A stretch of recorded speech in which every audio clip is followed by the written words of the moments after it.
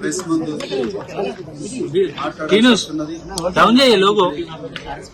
తెలంగాణలో బహన్జీ కుమారి మాయావతి గారి ఆశీర్వాదంతో ఆగస్టు 8, 2021 నాడు నేను నల్గొండలో లక్షలాది మంది ప్రజల సమక్షంలో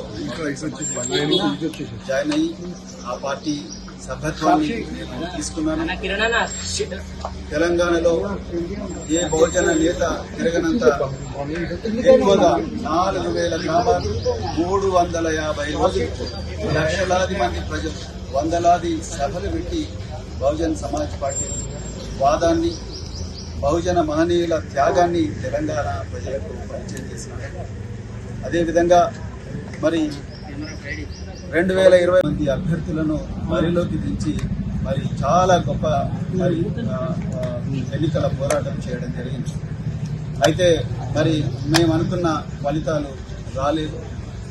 దాని తర్వాత మళ్ళీ పార్లమెంటు ఎన్నికలు వచ్చినాయి. పార్లమెంట్ ఎన్నికల్లో సందర్భంగా మరి పార్టీ ఆదేశాల మేరకు, పార్టీ మరి మార్గదర్శకాల మేరకు ఇండియా అలయన్స్తో కాకుండా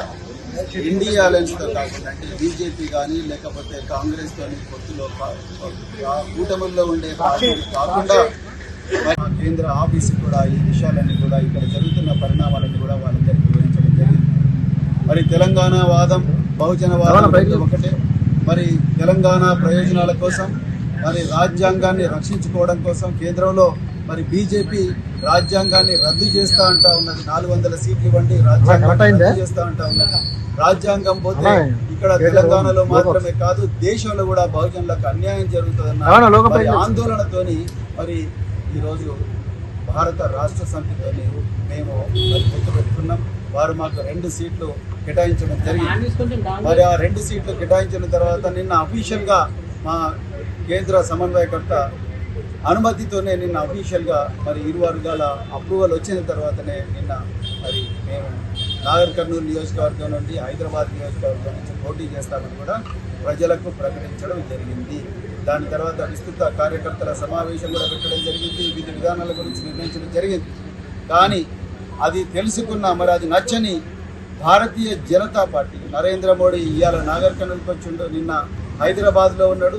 అది నచ్చని భారతీయ జనతా పార్టీ ఈ లౌకిక కూటమి, ఈ చారిత్రాత్మకమైన కూటమి ఏదైతే ఉన్నదో భారత రాష్ట్ర సమితి, అదేవిధంగా బహుజన్ సమాజ్ పార్టీ కూటమి, మరి రాజ్యాంగాన్ని రక్షించే కూటమి నచ్చని నరేంద్ర మోడీ, అమిత్ షాల ద్వయం మా పార్టీ మీద ఒత్తిడి తీసుకొచ్చి ఈ కూటమిని రద్దు చేసుకోమని నన్నే ప్రెస్ కాన్ఫరెన్స్ పెట్టి చెప్పమన్నారు.